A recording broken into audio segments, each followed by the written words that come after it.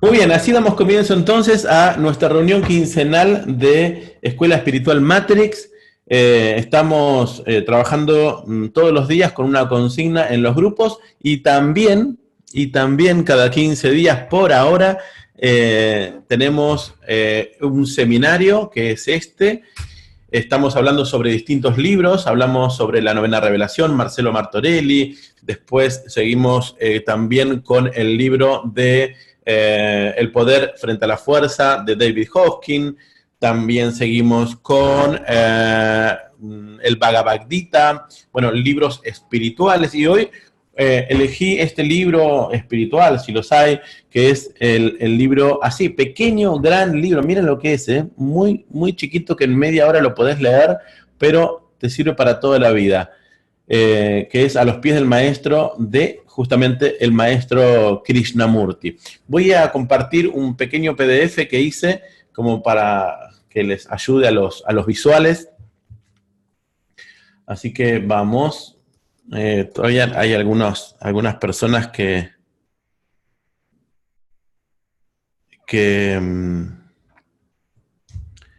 le están ayudando a ingresar, así que bueno, estamos ahí,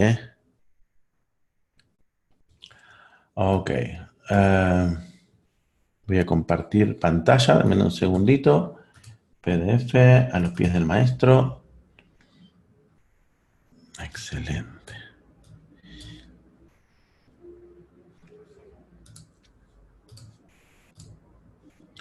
Muy bien, acá tenemos la primera plantilla. Eso es cortito, una plantilla de apenas 3 o 4 hojitas nada más, pero para que nos guíe, y yo me voy a guiar directamente del libro. Voy a leer desde aquí, ¿sí? A los pies del maestro, Krishnamurti. Estoy acomodando yo mi sala.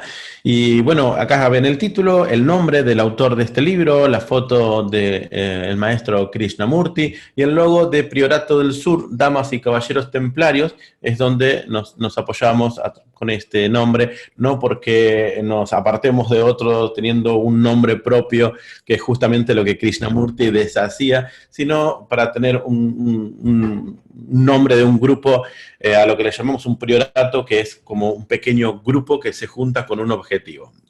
Les cuento también que en los grupos hay 4 grupos de Escuela Espiritual Matrix y hay 3 que están llenos, están a 250 y pico, se mantiene ahí, y hay un cuarto grupo, que es el cuarto grupo de Escuela Espiritual Matrix, que lo abrimos porque ya se habían llenado los otros y se está llenando de a poco.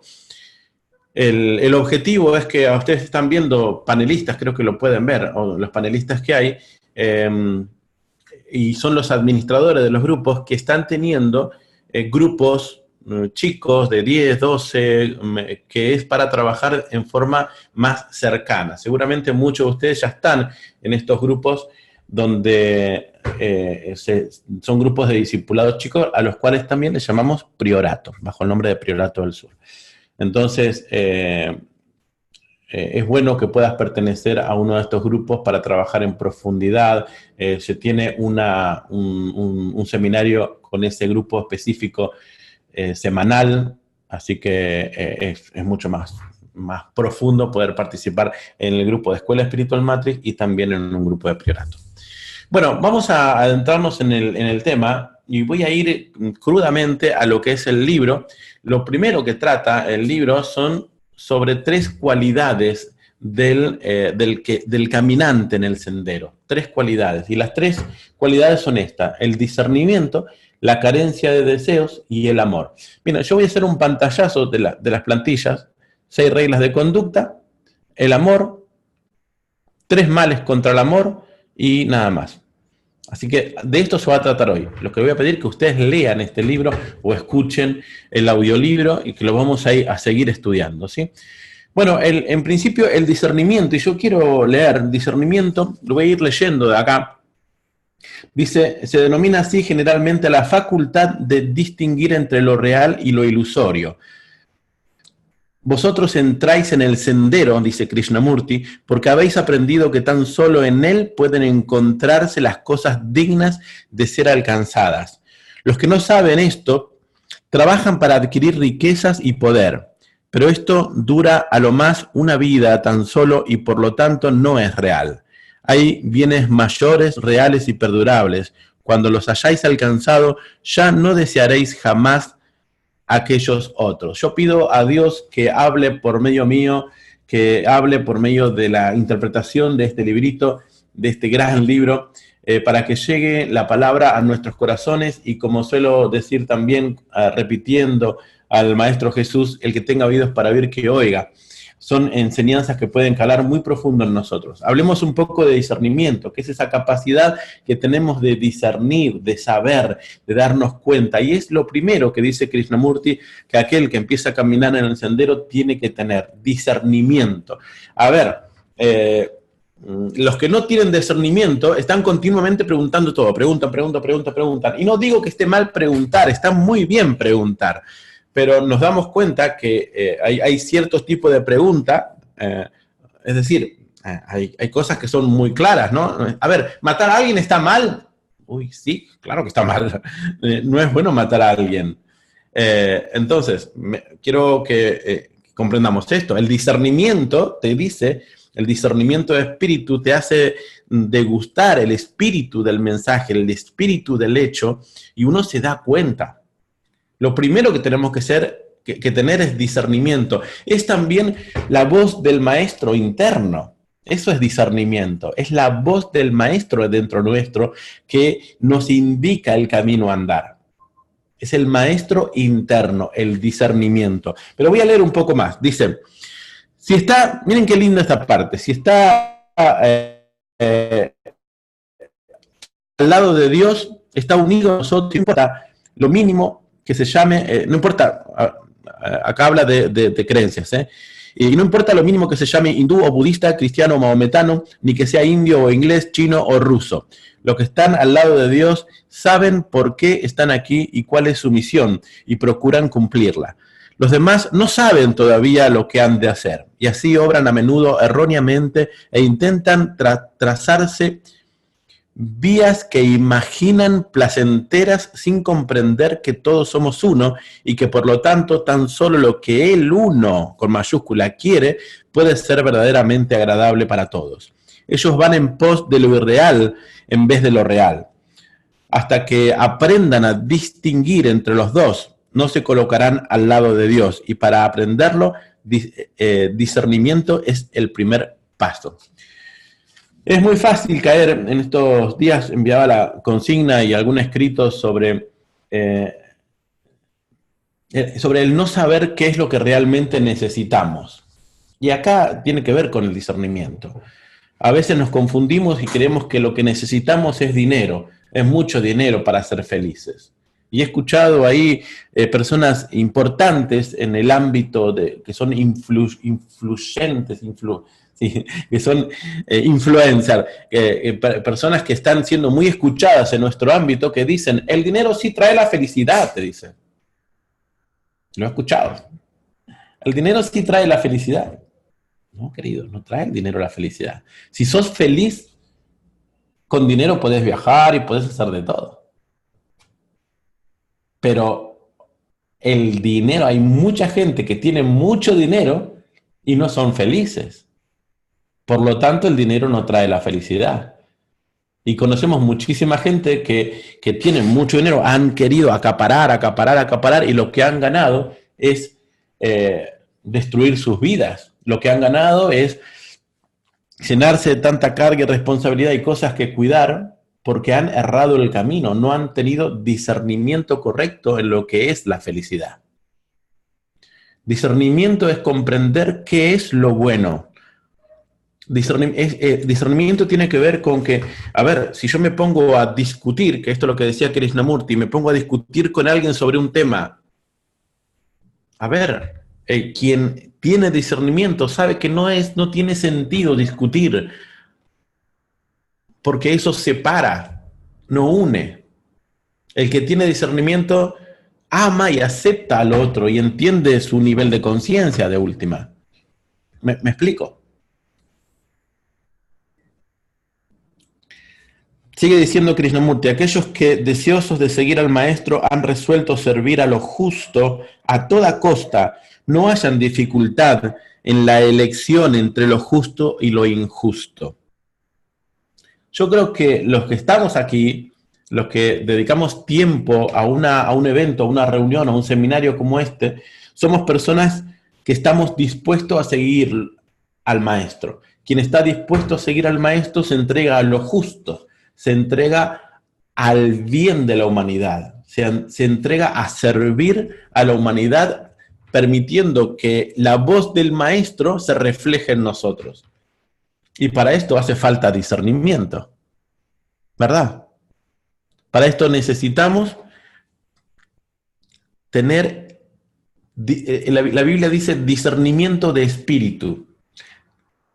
Eso, así dice la Biblia, discernimiento de espíritu, de información. A ver, ¿por aquí tengo que ir o por allá? David Hawkins lo hacía con el testeo muscular, te daba el discernimiento. Por ahí, esto me debilita. Así lo mostraba David Hawkins. Esto me debilita. Por lo tanto, no voy por ahí. Este camino me fortalece. Voy por ahí. Es una forma también de tener discernimiento de información, de espíritu y saber qué pasos dar. La pregunta de ¿qué haría Jesús en mi lugar? Eso te ayuda al discernimiento. Antes estás en una disyuntiva, tener que tomar una decisión y decís, ¿qué haría Jesús en mi lugar? Tal cosa. Ok. Discernimiento. Bueno, Krishnamurti lo tenía como en muy alto estima guardar el discernimiento. El otro punto que hablaba Krishnamurti es la carencia de deseos, y voy a leer algo con respecto a esto. Dice, es verdaderamente difícil porque, hablando de la carencia de deseos, es verdaderamente difícil porque sienten que sus deseos son ellos mismos y que si desechan sus deseos peculiares, sus gustos y disgustos, dejará de existir su yo. Es una cuestión filosófica, es una cuestión psicológica también, que dice que si no hay deseo, no hay vida, y que si no hay deseo podemos deprimirnos y suicidarnos. Bueno, no está hablando de esto Krishnamurti, está hablando de esos deseos que nos atan y que nos dejan siempre en una constante carencia porque estoy deseando aquello, estoy siempre deseando, hago algo por el resultado, estoy moviéndome para obtener aquello y siempre estoy atado al futuro inexistente y mi mente no está en el ahora, sino que está ahí adelante, donde está el objeto de deseo, y me saca del único momento que puedo disfrutar, que es el presente. Dice en otra parte, dice, cuando desaparezcan todos los deseos que se refieren al yo, todavía puede existir el deseo de ver los resultados de vuestra obra.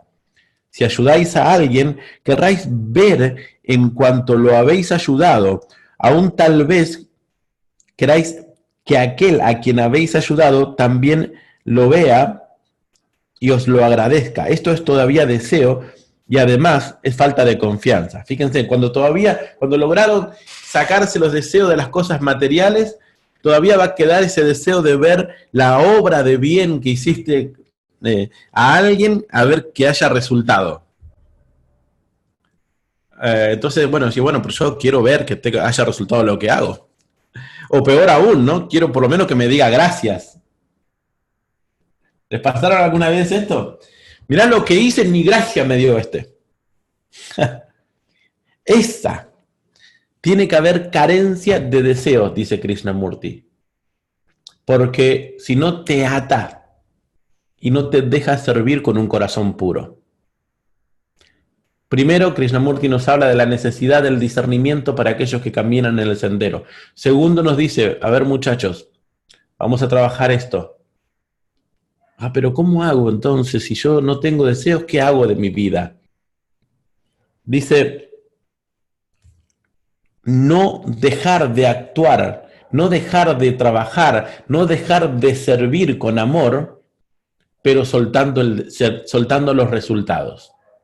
Es algo que Krishnamurti en otros libros lo trabaja muy fuerte. Por ahí he compartido algunos audios también sobre este tema, de soltar el resultado.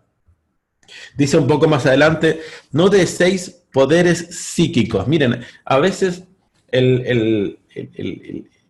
aquel que está en este despertar de conciencia se conecta con el deseo de trabajar, no sé, quiero aprender a conectarme telepáticamente, quiero aprender a sanar enfermos, quiero aprender esto, y no, entonces quiere incorporar cosas que aparentemente son buenas cosas.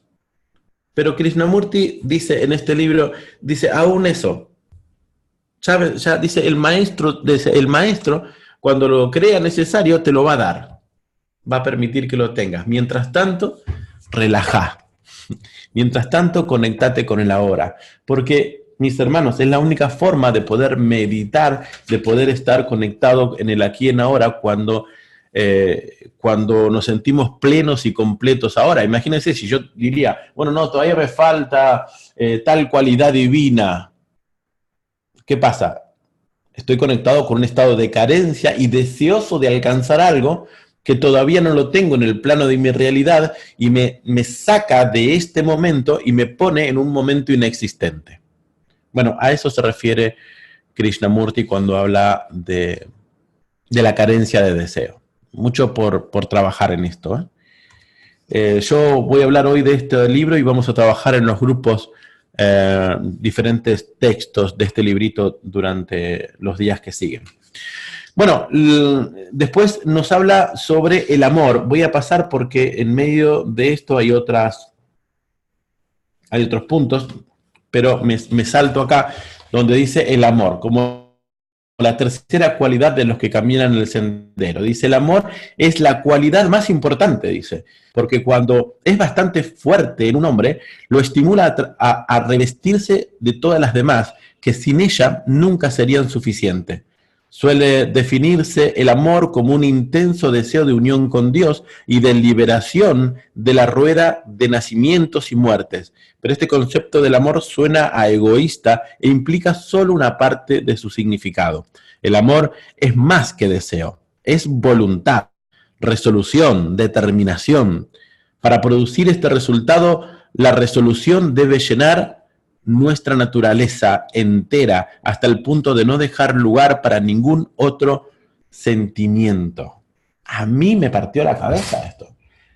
Acá yo tengo remarcado esta parte, resolución. Me encantó. Resolución, conectado con la obediencia. Ahora voy a hablar de esto, voy a leer un poquito más y van a ver hasta dónde quiere llegar Krishnamurti. Dice, en la vida diaria esto significa dos cosas. Y creo que esas dos cosas, a ver si la anoté acá, esto. En la vida diaria, acá está la parte del amor, significa dos cosas. Uno, no dañar a nadie. Y dos, estar siempre alerta para ayudar al otro. Esto significa amor. No dañar a nadie y por otro lado, estar siempre atento a ayudar al prójimo. ¿Te imaginas tu vida de esta manera? Cuando estés caminando en el sendero con un corazón lleno de amor, se te va a presentar personas que te pidan ayuda y estar ahí atento para poder extender una mano, para poder ayudar al otro, por el solo hecho de que lo amás, más allá de que te dé las gracias y más allá del resultado, el amor en la predisposición del servicio y con el sumo cuidado de no dañar a nadie. Y cuando hablamos de no dañar a nadie, no estamos hablando de no dañar físicamente, solo eso, ¿no? Por supuesto que no dañar físicamente, pero también hablamos de no dañar en cuestiones de hablar mal de esas personas. Porque si criticas a alguien y le sacas el cuero y le haces ver todos los detalles, ¿qué estás haciendo? Lo estás dañando. Pero si actúas desde el amor, no causas daño a nadie. Y ahora vamos a entrar un poquito en ese tema. Pero quiero ir un poquito antes. A ver si lo tengo acá. Sí, los males estos. Esto lo voy a dejar para después. 3 males contra el amor. Krishnamurti. Miren qué belleza lo que dice. La maledicencia. A ver, si podemos llegar a esto. Primero, dice, tened cuidado de no hablar mal de la gente. Si podríamos aprender esto, si te vienen con chisme y te vienen a hablar mal de otra persona, ¿qué hacemos con eso? Dice Krishnamurti, no te metas, no te sumes a la maledicencia del otro. Entonces saca esta conclusión. ¿Por qué? ¿Por qué no es bueno hablar mal? Porque llena de malos pensamientos el ambiente. ¿Les pasó alguna vez eso? Están ahí hablando y se empiezan a criticar a alguien. El ambiente, el ámbito, el espíritu que se genera en ese lugar es altamente tóxico y negativo. Entonces no es bueno hacer eso, por favor. No nos enganchemos a hablar mal de otros. Sigue diciendo Krishnamurti. Ahora, si esto que están diciendo de ese otro es así, que existe un mal en el otro, dice, si ustedes hablan sobre eso, lo están alimentando aún más. Y hace que eso crezca. Por lo tanto, si alguien está cometiendo un error, lo mejor que podemos hacer por ese alguien es no hablar sobre el mal que está haciendo, para no alimentarlo.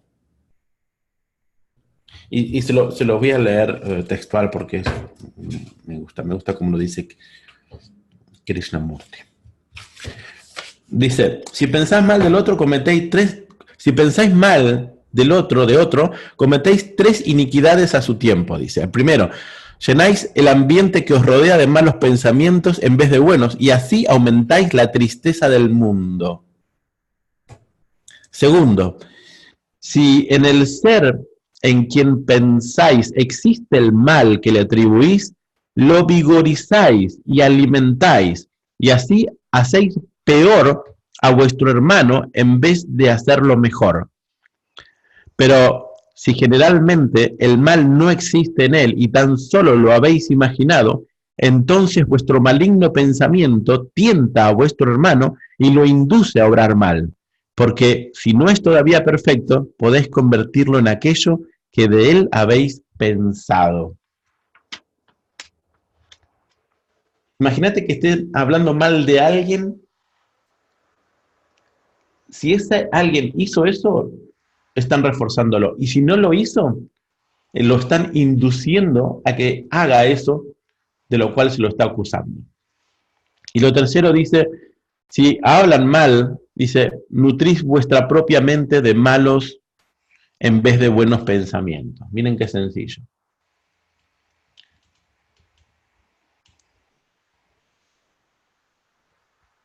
Las malas conversaciones, dice la Biblia, corrompen las buenas costumbres. Bueno, primer punto, la maledicencia. Segundo punto, la crueldad. Krishnamurti nos habla en este libro de la crueldad intencionada y la que es sin intención. Y que ambas cosas, sea por intención o no, provocan karma. Así que a través del discernimiento, estemos con atenta observación para no ser cruel, ni siquiera sin intención. La crueldad es hacerle mal al otro.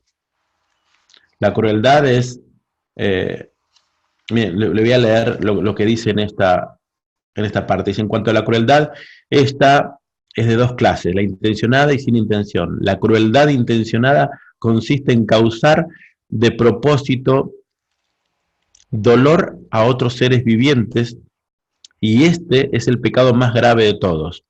Obra de diablo más bien que de hombre. Diréis que ningún hombre puede hacer una cosa semejante, pero precisamente los hombres la han hecho muy a menudo y aún la están haciendo cada día. Los inquisidores la practicaron y también mucha gente religiosa en nombre de su religión. Bueno, gente, toquemos un poco este tema. cuidemos nuestro corazón de crueldad. Y por último, la superstición. Esto, ¿saben de qué habla?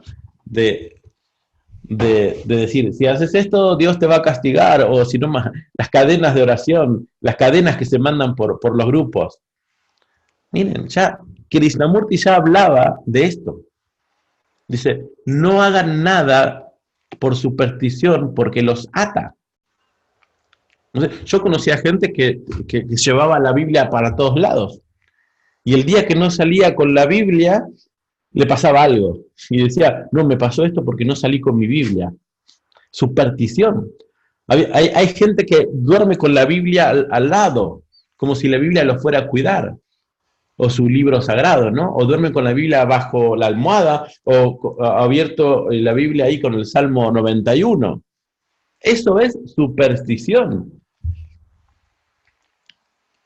Entonces dice, estos son contra el amor.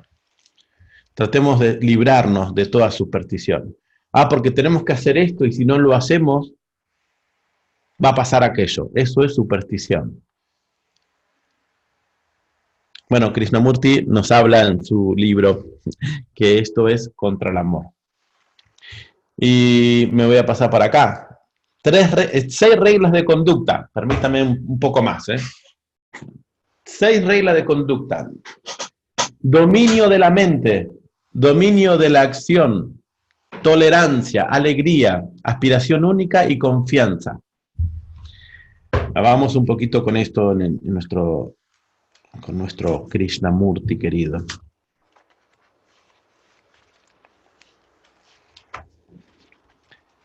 Dominio de la mente, dice, ello implica dominio del temperamento, de suerte que no podéis sentir cólera o impaciencia, dominio de la mente, de modo que podáis sosegar y tranquilizar el pensamiento, y por medio de la mente, dominio del sistema nervioso, a fin de que se excite lo menos posible.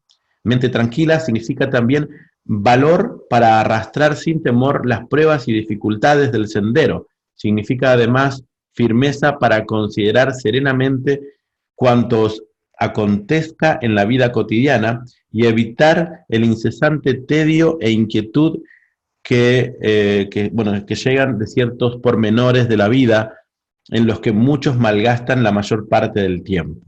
El dominio de la mente. Vieron que a veces la mente se nos va para cualquier lado. Decía Jean-Pierre Garnier Mallet, decía el control del pensamiento benevolente. Así hablaba Jean-Pierre Garnier. Dice, control de la mente. Es esto mismo, el dominio de la mente. Yo me acuerdo que le preguntaban, pero eso es querer controlar, dominar la mente. Sí, el control de la mente. Es frenar la mente cuando se va y se dispara hacia otros tiempos o alarmar la maledicencia. Entonces dice, controlar la mente, parala, detenela, controlala con benevolencia. Después habla de el dominio de la acción. Si vuestra mente es tal como debe ser, se perturbará muy poco con vuestra acción. Recordad que para ayudar a la humanidad, el pensamiento debe convertirse en acción. Dejad que cada cual cumpla su propio deber a su modo peculiar. Estad siempre dispuestos a ofrecer vuestro apoyo cuando sea necesario, pero nunca os entrometáis. Estén dispuestos a ofrecer ayuda, pero no se metan en la vida del otro. Si no te pide ayuda, no lo hagas, pero si te pide ayuda, estar siempre dispuesto. El dominio de la acción. Cuando te pidan ayuda, accioná. Eso es lo que es el segundo punto del dominio de la acción. Me comprometo a accionar en obediencia para la ayuda del otro. El tercer punto habla de la tolerancia. Debéis sentir perfecta tolerancia hacia todos y un sincero interés por las creencias de los que profesan otras religiones. Dice más, para alcanzar esta perfecta tolerancia, debéis liberarlos antes del fanatismo y de la superstición. dice Krishnamurti, un gran instructor, que era el apóstol Pablo, dice, cuando yo era niño, hablaba, comprendía y pensaba como niño, pero ya hombre, di de lado las niñeras. Bueno, esto lo dice la Biblia. Cuando uno es niño, habla y piensa como niño, pero cuando uno crece, ya piensa como adulto y deja las cosas de niño. Hablando de la madurez espiritual. Bueno, dice Krishnamurti, en cuanto a la tolerancia, vamos a tolerar a aquellos que todavía son niños en Cristo, dice la Biblia, o niños en su modo de pensar. Eh, pero vamos a tolerarlo como toleramos a un niño, ¿sí? Aquellos que todavía hacen rituales que son sin sentido, pero bueno, todavía siguen haciendo esos rituales porque creen que haciendo eso van a tener mejor comunión con Dios o les va a ir bien. Bueno, vamos a tolerar eso. Cuando nos piden ayuda, vamos a enseñarle y vamos a ayudarles, pero bueno, toleremos a aquellos que piensan diferente. El cuarto dice la alegría, debéis sobrellevar alegremente vuestro karma, cualquiera que sea, aceptando como un honor que el sufrimiento caiga sobre vosotros, porque esto demuestra que los señores del karma os conducen dignos de ayuda. Bueno, esto de la alegría habla de... Hay un punto donde dice, todavía hay otro aspecto, dice, debéis desechar toda idea de posesión. Es decir, que para que exista continuamente la alegría en nosotros, habla de dos aspectos. Uno es de tolerar, aceptar las cosas que nos van sucediendo porque estamos cumpliendo karmas, dice. Entonces, bueno, aceptamos la cruz, aceptamos la vida que estamos viviendo con alegría. Y dice, y un aspecto importante es desechar la idea de posesión, porque si con la idea de posesión estamos queriendo continuamente poseer y poner a nuestro nombre cosas, objetos, y cuando lo perdemos, nos roban o pasa algo con lo que es nuestro, perdemos la alegría. Entonces dice, desechar el concepto de posesión y alegrarnos todos los días, regocijarnos todos los días. Es importante también para aquellos que quieran caminar en este sendero. El quinto aspecto habla de la aspiración única. El objeto que debéis tener a la vista es realizar la obra del maestro. Dice. No debéis jamás olvidarla. Cualesquiera que sean las ocupaciones que os salgan al paso y ninguna otra labor puede interponerse en vuestro camino, porque todo o toda la que sea fecunda y desinteresada es labor del maestro y debéis ejecutarla por el amor de él. Sea lo que fuere que hagáis, hacerlo de corazón, como para el Señor y no para los hombres. Bueno, acá en esta parte Krishnamurti nos habla de que tiene que haber en nosotros una sola aspiración, que es hacer la voluntad del Padre. Vamos a trabajar, hoy hablaba con Gastón y decía, bueno, yo tengo este trabajo, pero voy a hablar para el año próximo, cambiar los horarios, y escuchaba a Gastón hablar de una aspiración única, ¿no? Decir, bueno, esto es lo que yo quiero hacer de mi vida. ¿No? Y con mucha gente hablo y se están conectando con una sola aspiración. Todo lo demás lo vamos a hacer, vamos a trabajar, vamos a hacer dinero, vamos a hacer esto, aquello y el otro, pero una sola aspiración en nuestra vida, que es entregar nuestra vida completa, cuerpo, alma y espíritu, al servicio del Maestro. De esto habla cuando Krishnamurti dice la aspiración única. Y por último, la confianza, dice, debéis confiar en vuestro Maestro, debéis confiar en vosotros mismos. Si ya habéis visto al Maestro, confiaráis de todo en Él a través de vidas y muertes. Bueno, esta parte de la confianza, Krishnamurti habla sobre estar alegres, de confiar, de que todo está bien, de que todo es perfecto, que no pasa nada, y vamos a confiar que si andamos en el sendero y estamos en la misión que Él nos convocó y nos llamó, todo se acomoda en la vida y podemos actuar con alegría, podemos ¿no? Y se repite todo, podemos tener dominio de la mente, dominio de la acción, tolerancia hacia los demás, alegría en el corazón, volcados a la aspiración única y con confianza de que siempre todo está bien. Esto es así, lo que acabamos de hablar es nuestro libro de A los pies del maestro de Krishnamurti. En medio de todo esto tiene textos maravillosos, riquísimos, en todo aspecto. Ahora vamos a dar lugar a preguntas. Dice, ahora vamos a ir a preguntas. Tengo un último, miren lo que tengo acá, Eclesia y el Sendero. Y tenía ganas de llegar a esta parte. Miren, yo me pasé todo así como el libro de todos los puntos para que los que están en la escuela en la escuela espiritual Matrix, tengan conocimiento de libros sagrados como a los pies del maestro. Y ahora vamos a hablar un poco de la palabra eclesia y de lo que es el sendero, si ustedes me permiten. ¿Sí? En algún momento yo puse un texto.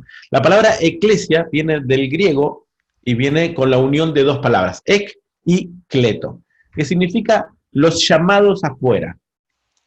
En aquel tiempo, cuando Jesús decía, yo edificaré mi iglesia, sobre la confesión de Pedro, y edificaré mi iglesia, la palabra iglesia no se inventó ahí. No es que la palabra eclesia, que se dijo en griego, no era nueva, ni tenía que ver con nada religioso. La eclesia en un pueblo, en aquel tiempo, hace 2000 años atrás, era el grupo de personas, de sabios, por lo general se les llamaban los ancianos, ¿no? Porque los ancianos, los más sabios, se juntaban y salían fuera del pueblo, ¿no? Salían afuera del pueblo y debatían las resoluciones que iban a tomar sobre el pueblo.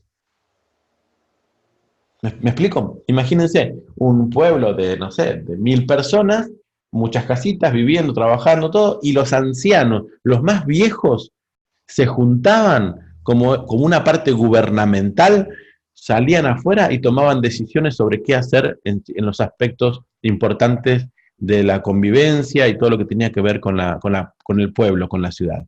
Esa era la eclesia. No tenía nada que ver con la religión.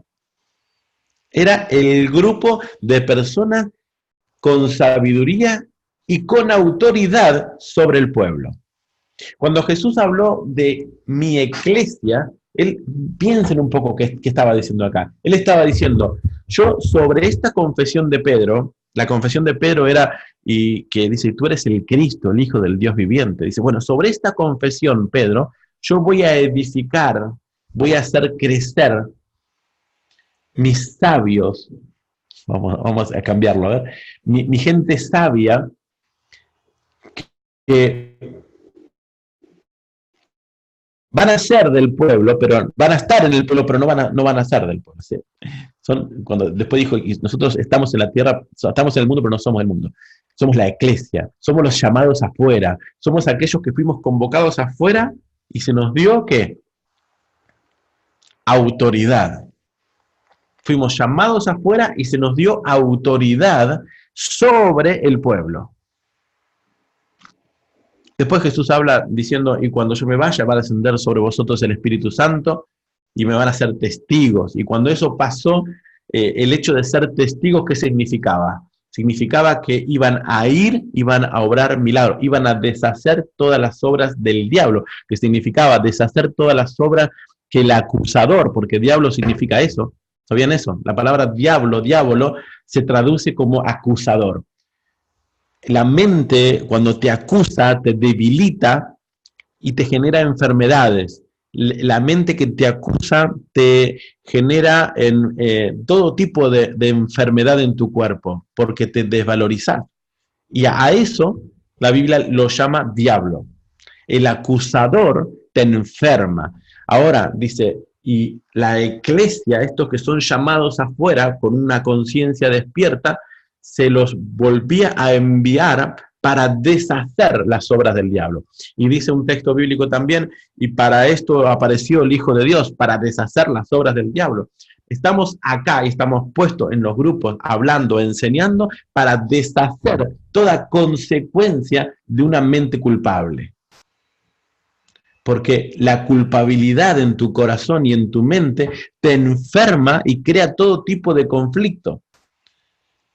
Las enseñanzas del camino de la conciencia despierta te libera de la culpa y por lo tanto te libera del acusador, te libera del diablo en tu cabeza, del acusador, ¿ves? No estamos hablando de un diablo rojo con cuernitos y una cola larga. Estamos hablando de un espíritu, un pensamiento, una información en tu mente que te acusa. Entonces, todas las enseñanzas que estamos presentando quincenalmente y todos los días, lo que pretende es liberarte de la culpa en la mente. Y si te liberas de la culpa, de la acusación, ¿qué pasa? Todos los efectos de la culpa se deshacen. ¿Me siguen? Todos los efectos de la culpa se deshacen. ¿Por qué? Porque al no haber acusación en tu mente, deja de haber desvalorización, culpabilidad, vergüenza, y por ende, si ya no hay desvalorización, culpabilidad, vergüenza, etcétera, no hay consecuencias en tu cuerpo y puedes ser sanado de enfermedades y tu vida cambia, se transforma de un momento a otro porque tu mente se liberó de la acusación.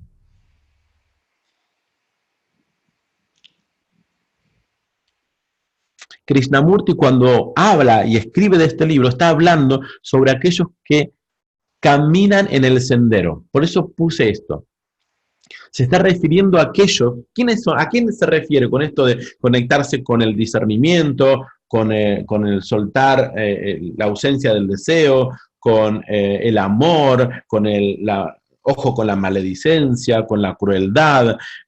¿A quién les está hablando? Les está hablando a aquellos que despertaron su conciencia y empezaron a caminar el sendero angosto. El camino angosto. Jesús habló de esto, el camino angosto. ¿Por qué camino angosto? Y dice, en el camino ancho es el camino del populismo, el camino del libertinaje donde cada quien hace lo que quiere y no le importa nada, de crueldad y de todo lo que quieras llamarle. Pero este es un camino angosto porque son los pocos aquellos por ahora que van entregando su ego. Porque no es tan fácil dejar el ego. El camino que propone Krishnamurti es poner al ego al servicio de la humanidad. Hay caminos que se pintan muy lindos, pero quieren levantarte el ego ahí arriba.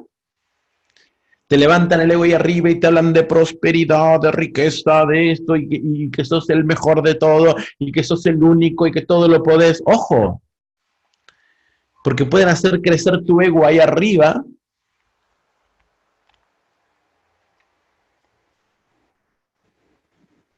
y no es lo que está hablando Krishnamurti acá, ni tampoco es lo que hablaba ni Pablo, ni Jesús, ni nadie.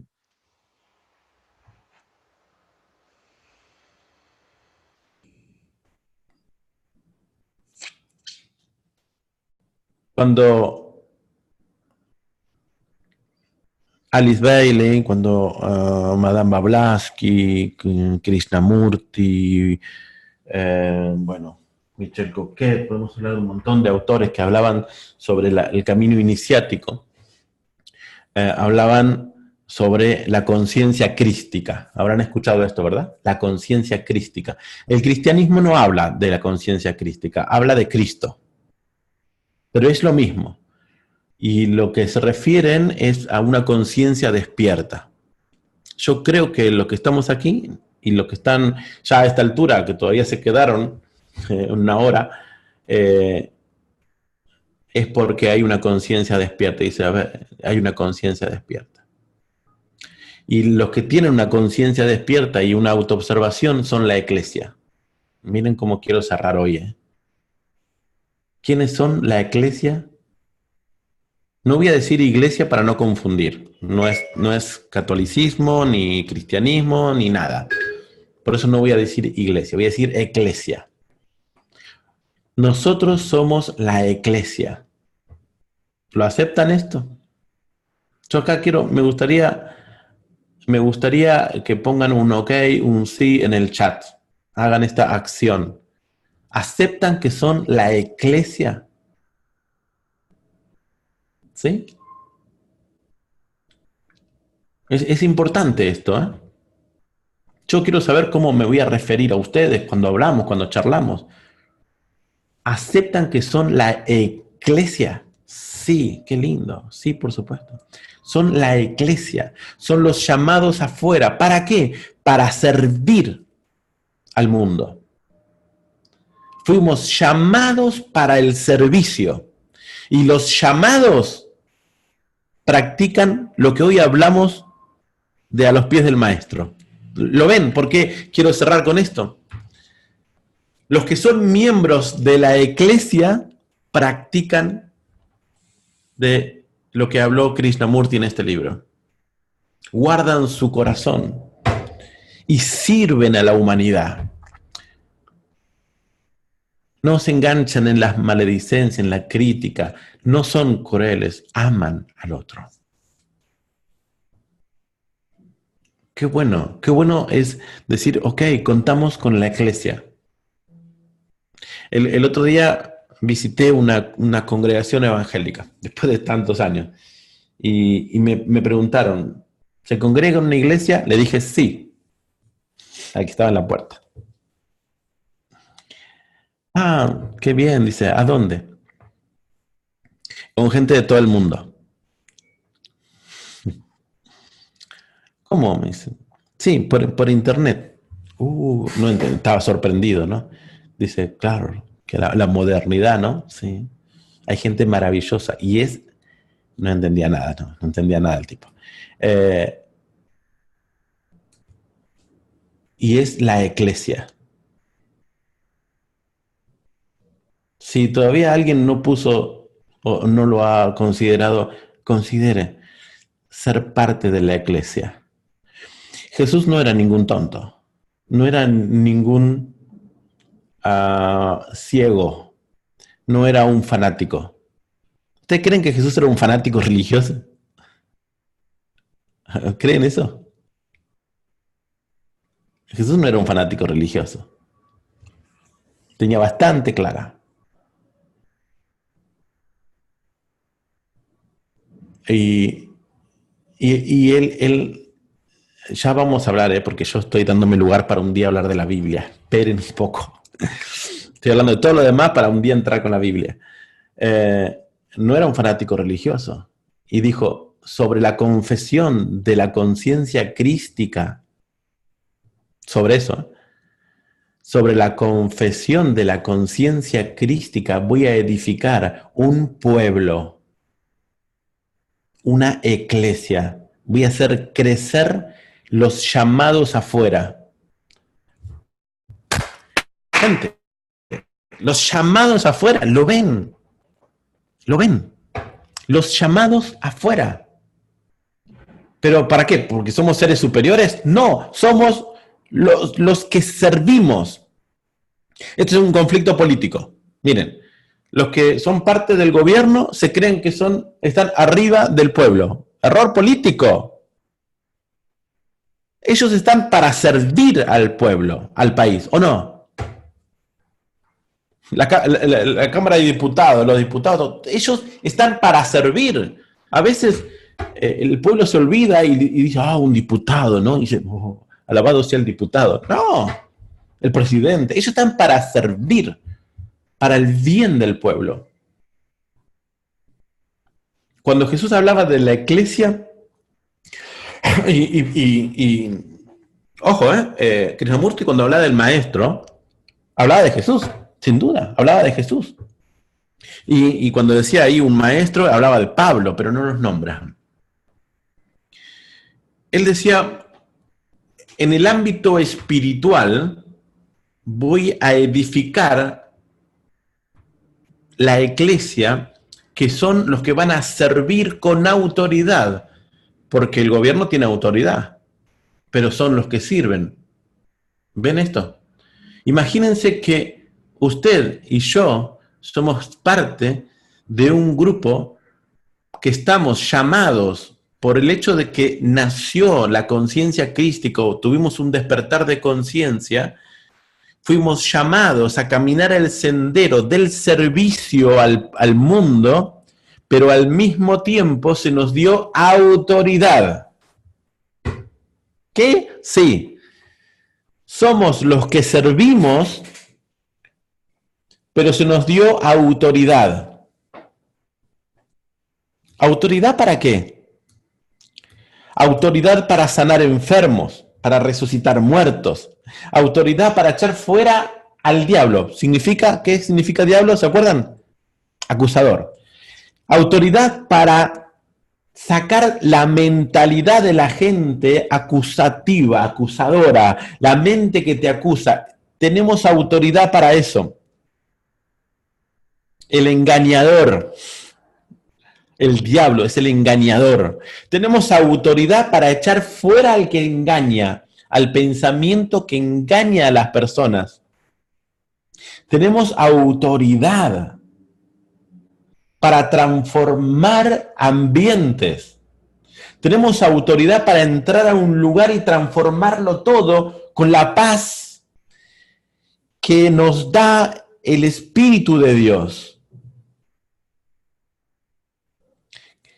La conciencia despierta el amor y el camino en el sendero y el espíritu de servicio nos colma de una paz que sobrepasa todo entendimiento, que hace que cuando vayamos a un lugar determinado, transformemos ese lugar, lo cambiemos. ¿Lo ven? ¿Cuántos son parte de la iglesia? ¿Cuántos son parte de la iglesia? Yo recuerdo que había una pregunta que se decía, ¿y vos servís a Dios a tiempo completo? Esto se solía decir en la iglesia para aquellos que tenían un sueldo de la iglesia por el diezmo, entonces estaban a tiempo completo porque no hacían otras cosas seculares, entonces estaban a tiempo completo. Pero lo cierto es que no puede haber un servicio a Dios que no sea a tiempo completo. Todos están a tiempo completo. Porque ¿qué vas? A servir a Dios en un determinado momento cuando no estás trabajando. Es una locura eso.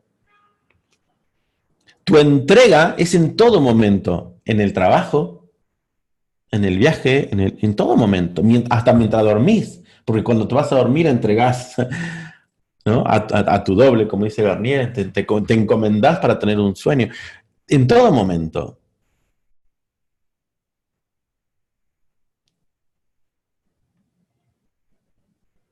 Y excelente aquellos que pueden tener que su trabajo lo desarrollan dentro del servicio al otro, es excelente que lo puedan hacer. Están más tiempo todavía, ¿no? Pero tenemos una iglesia a tiempo completo sirviendo a Dios.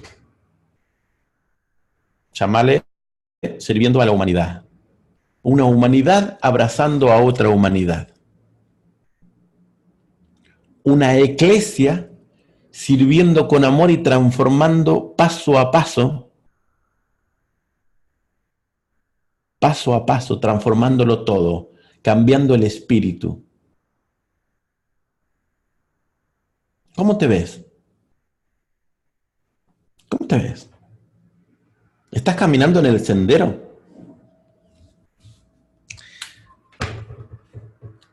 Sí, ¿verdad?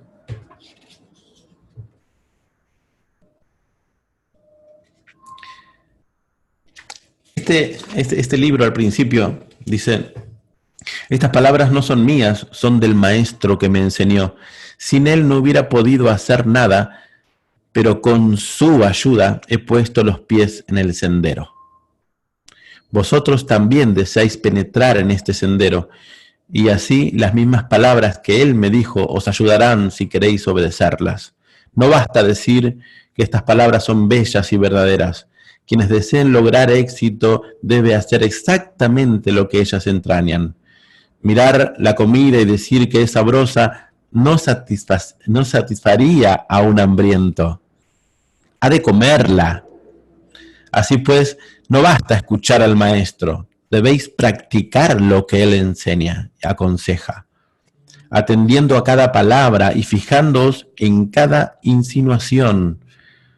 Si no advertís una indicación, si no atendéis a una palabra, queda perdida para siempre. Porque él no las repite, dice. ¿Lo ven?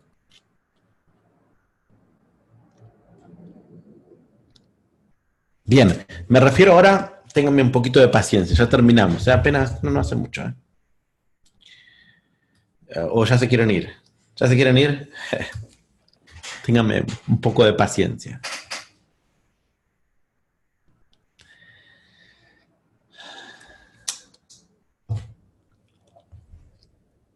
Ahora le quiero hablar a la iglesia. a vos, quiero hablar a la iglesia. Tenemos un grupo de los que están ahí de administradores como la parte ministerial, a lo cual queremos que eso crezca. Los que dicen, aquí yo me comprometo. El ministerio. ¿Qué es el ministerio? El ministerio de justicia, el ministerio como el gobierno. Hay un ministerio con ministros que están abocados al servicio del otro. Ok, lo tenemos. Ustedes son la iglesia. Ahora,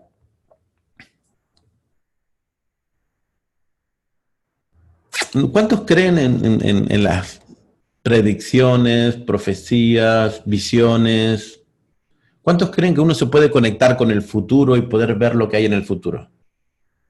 ¿Cuántos? Me gustaría ver que pongan yo, ¿sí?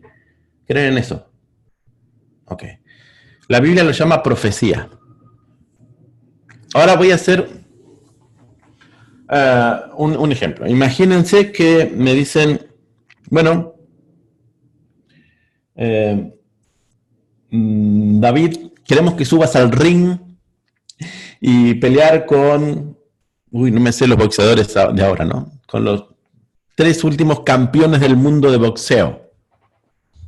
Y vos vas a pelear con ellos. ¿Qué harían ustedes? Bueno, a ver, vas a pelear con los más fuertes del mundo. Yo prefiero no. Pero te dicen algo, ¿no? Ajo. Pero una cosa, David, me dice, ¿no? Solo una cosa te voy a decir. Sabemos cómo termina. Y sabemos que vos vas a ganar. ¿Qué tal? Queremos que pelees con el hombre más fuerte del mundo, pero ya te vamos a contar de antemano que le ganás. Oh. Muy interesante. Si ya sé que gano, entonces me meto.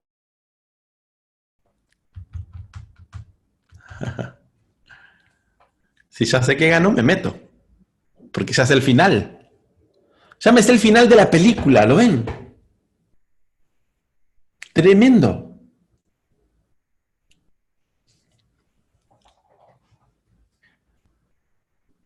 Y si me sé el final, entro. Y el final dice, y la luz ha vencido. La iglesia fue victoriosa por medio de, escuchen esto, por medio de una visión del futuro, Apocalipsis. Y le vencieron al engañador, al acusador, le vencieron por medio de la palabra de testimonio. Ya me contaron cómo hacer, me contaron la técnica y me dijeron que con esa técnica yo gano. Y le hablo a la iglesia de nuevo. Ahí dice Roberto, dice David y Goliat. Imagínate que dicen, mira, David, anda a pelear con Goliat, pero mira, te contamos que le ganaste, ¿eh? ¿Y cómo haces? Le tiras un ondazo en la cabeza, es suficiente. Listo, voy, dice David, dijo, voy. Ya está. Y tiene la técnica. ¿Y cómo? La palabra del testimonio. La palabra de verdad, ojo, no cuentes cosas que no son. Pero tu testimonio, que cuentes lo que sucedió en tu vida, el cambio en tu vida. Si contás cómo se transformó tu vida por caminar este camino, es el medio por el cual tenemos la victoria asegurada. Y el engaño del mundo se desvanece, la ilusión de ese espíritu engañador se desvanece y toda la consecuencia que es enfermedades y todo tipo de mal en el mundo se desvanece con él. Y liberamos el planeta del espíritu que lo gobernó.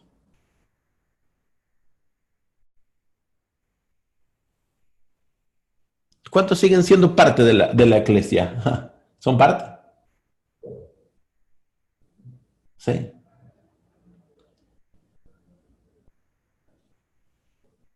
Ok. Bien. Ok. ¿Y qué es lo que tengo que hacer? Pregunta, ¿qué es lo que tengo que hacer? Estoy acá. Muchos de ustedes me han contado y han contado por ahí y dieron testimonio diciendo, David, esto me cambió la vida. No sé cuántos de ustedes lo pueden decir, lo pueden escribir ahí. David, esto me cambió la vida. Muchos me dicen, David, me sané. No estoy más enfermo, no me duele más esto. Transformé mis relaciones, me empiezo a llevar bien con la gente. Pasé por una situación ahora que no la hubiese...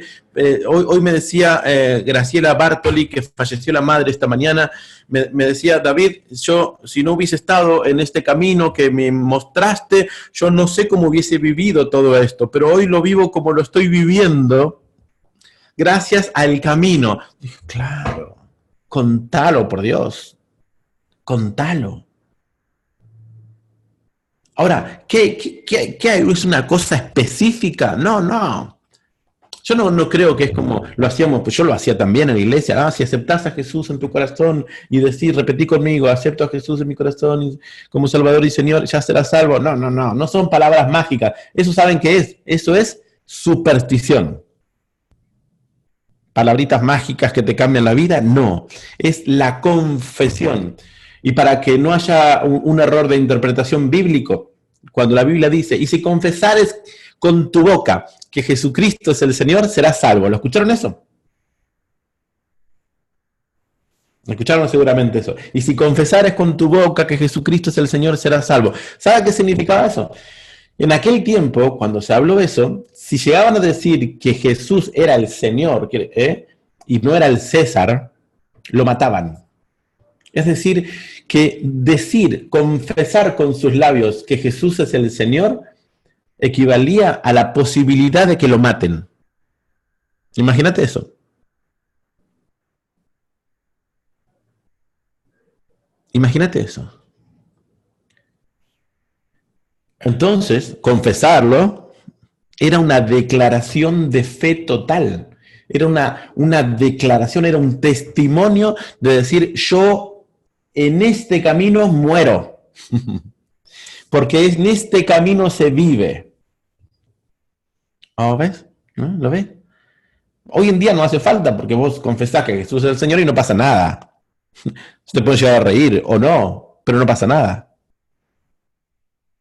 Por lo tanto, no es una confesión que declara que tu vida está transformada, ¿no? Es una superstición religiosa hoy en día. Pero hoy podríamos decir, aquellos que declaran su transformación, no sé, algo que demuestre que estás en el camino.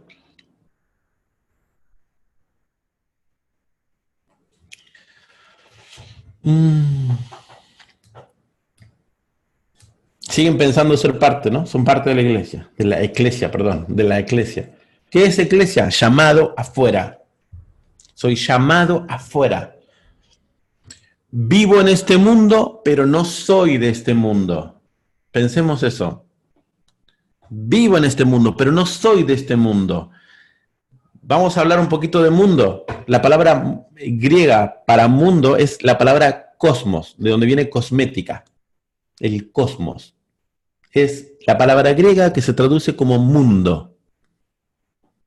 En aquel tiempo que se escribe esto, cuando decían mundo, no estaban hablando del planeta Tierra. ¿Me escuchan ahí? ¿Están ahí? ¿Están acá? Hola. ¿Están ahí, no? Cuando hablaba de mundo, no estaba hablando de planeta, de globo terráqueo, no. Estaba hablando de cosmos, de sistema. ¿Lo ven ahora? Es distinto. Estaba hablando de la organización. Esa es la traducción, la organización. Entonces, cuando los maestros decían esto, decían, porque estamos en este sistema. Voy a comprar, uso billetes, dólares, pesos. Estamos, pero no somos de este sistema. ¿Cómo lo ves? Estamos, pero no somos.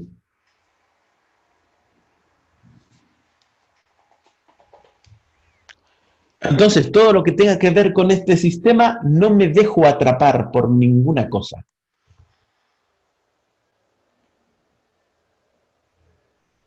No me dejo atrapar por ninguna cosa de este sistema. Mi entrega es única al servicio del otro, porque soy la eclesia. Porque soy la eclesia. Porque soy, ¿qué? La eclesia. ¿No quieren escribir ahí? Escriban. ¿Cómo es? Soy la... Voy a escribirlo yo. Eclesia. Con 2K. Eclesia. Ahí está. Entonces, cuando hablamos, podemos hablar distinto. ¿Por qué? Porque yo sé a quién le estoy hablando. Cuando mando un audio, cuando lo enseñamos, cuando parte del ministerio hable, me gusta decir eso, cuando parte del ministerio hable, van a hablarle ¿a quién? A la eclesia. Voy a citar otra, ya que estamos acá y veo que nos están yendo. ¿Puedo seguir? Sigo, ¿eh? Si me dejan un poquito más. Sigo. Bien, me gusta que lo pongan ahí. Soy la eclesia. Sigan poniéndolo ahí. Me gusta eso. Sigo un poco más. No, me dice Gastón. No puedo seguir, no, me dice. Voy a seguir igual.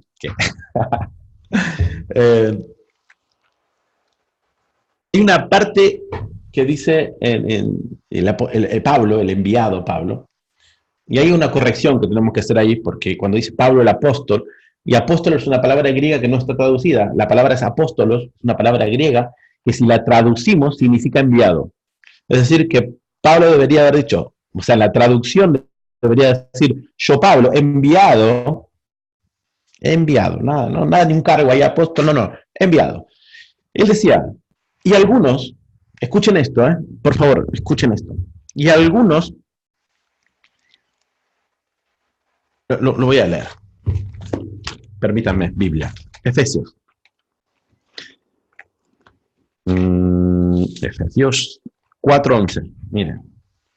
Y él mismo, dice, constituyó, él mismo, la conciencia crística, Cristo, Jesús, como quiera, no importa.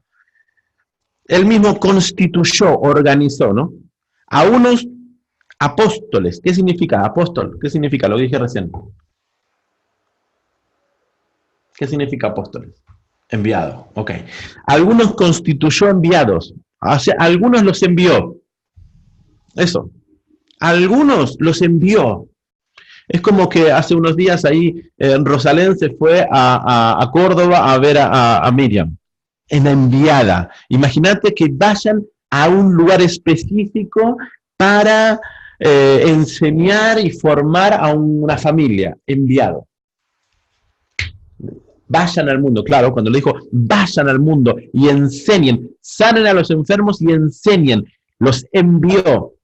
Algunos los envió que salgan de su lugar a otro lugar. Esos son apóstoles, son enviados. Sigue, dice, a otros profetas. ¿Qué es un profeta? Es un canalizador. Es alguien que habla y ve más allá. Es alguien que habla con inspiración. Alguien que en algún momento determinado que está hablando te puede llegar a decir algo tremendamente profundo, más allá del conocimiento y la razón de la persona. Habla desde el espíritu. Garnier diría el doble está hablando, diría Jean-Pierre Garnier. O el espíritu o la totalidad, la no dualidad misma se manifiesta en la dualidad y habla una palabra de sabiduría. El profeta. Eso es. Algunos hacen esto, dicen. Otros son La palabra está, dice evangelista. La palabra evangelista no está traducida. Evangelión significa, ¿qué significa? Buenas nuevas. ¿Qué significa evangelio? Significa, alguien escribió, ¿qué significa evangelio? Buenas noticias. Por Dios, lo hubiesen hecho más fácil. ¿Por qué me ponen evangelio? ¿Porque me quieren poner una religión en la cabeza? No, evangelio no, buenas noticias sí. Es el año de las buenas noticias, del evangelio, de la buena noticia. Algunos son evangelistas, dice. ¿Qué son los evangelistas? Son los que cuentan buenas noticias. Por Dios, necesitamos evangelistas, necesitamos contadores de buenas noticias. Cuando se reúnen, cuando están en un grupo ahora, nosotros lo hacemos así. En un grupo de WhatsApp, ahí en el grupo, los que cuentan buenas noticias. Eso son parte, ahora van a ver, funcional de la iglesia. A otros, dice, pastores y maestros. ¿Qué son estos? La palabra pastores, hoy no tenemos tantos pastores como para tener esta metáfora, pero son los que guían, los que ayudan. Yo estoy cumpliendo una función pastoral y de maestro también. Y tenemos acá, hoy hace un rato Carmita nos estaba enseñando también, más maestra. O sea, quienes guían a otros son esto que llaman en este punto pastores y maestros. Ahora, me importa ahora el texto que sigue, dice, a fin de, ¿para qué? Escuchen esto, ¿para qué? ¿Para qué están estos? Yo veo que algunos están yendo. ¿Para qué? A fin de capacitar a los santos para la obra del ministerio. Para eso, gente, ¿para qué todo esto? Para que toda la iglesia cumpla función ministerial, porque el ministerio es de toda la iglesia, porque la iglesia son todos los miembros, las partes de la iglesia son los que son llamados afuera, no un grupo nada más. Así que si estás acá y te ves parte de la iglesia con tu conciencia despierta, estás incluido entre los que son parte del equipo, vamos a llamarle equipo, en aquel tiempo no se decía equipo, del equipo ministerial, de los que sirven. ¿A quién? Ahora voy a terminar con esto. ¿A quién? Quiero que veas esto. Estos profetas, evangelistas, pastores y maestros están para equipar a todos, para que todos hagan la obra del ministerio. Es decir, que estamos para colaborar en los grupos para que todos sirvamos a quién? Al mundo. Al mundo.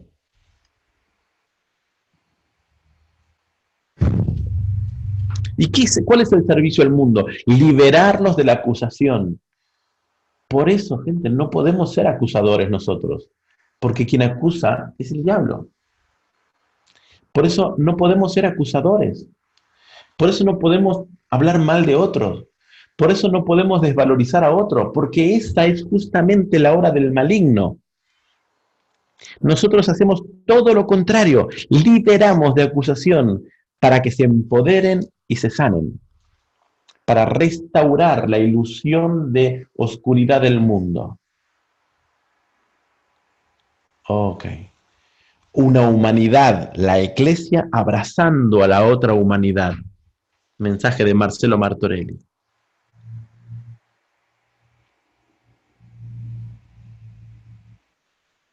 Dice Reina ahí, heme aquí. ¿Cuántos? Heme aquí. Acá estoy. Bueno. Yo les prometo algo. Más adelante vamos a hacer reuniones también específicas de sanación. ¿Quieren eso? Lo vamos a hacer. Reuniones donde no lo vamos a grabar, pero vamos a ministrar de eso, a declararnos en sanidad. Y vamos a dejar demostrado la función de la liberación de la culpa. Lo vamos a dejar demostrado. ¿Qué es eso? La demostración del poder de Dios. ¿Dónde está? Es que si no tenés culpa, no hay por qué estar enfermo. No hay por qué estar sufriendo la causa de la desvalorización. Ok. Bueno. ¿Quiénes hacen esto? La iglesia. ¿Quiénes hacen esto? La iglesia. ¿Quiénes son la iglesia? Vos sos la iglesia. Y la iglesia se reúne, se congrega para edificarse. Para edificarse. Es decir, que en el grupo de WhatsApp, que es donde tenemos nuestra reunión de iglesia, las conversaciones que tenemos nos edifican. ¿No qué? Nos edifican. Así que cuando vayas a hablar, que tu palabra sea de edificación. Cuando vayas a compartir algo, que sea de edificación. Ok, bueno. Más vale que terminemos, si no, ya estamos 1 hora y media, ¿no? Igual cuando está Marcelo le pega 2 horas y media, 13. Bueno, pues ya que es cada 15 días, nos damos el permiso de estar bastante tiempo. Ok. Nos reunimos, dice Carmita. Somos la iglesia y nos reunimos para recordar lo que somos. Ok.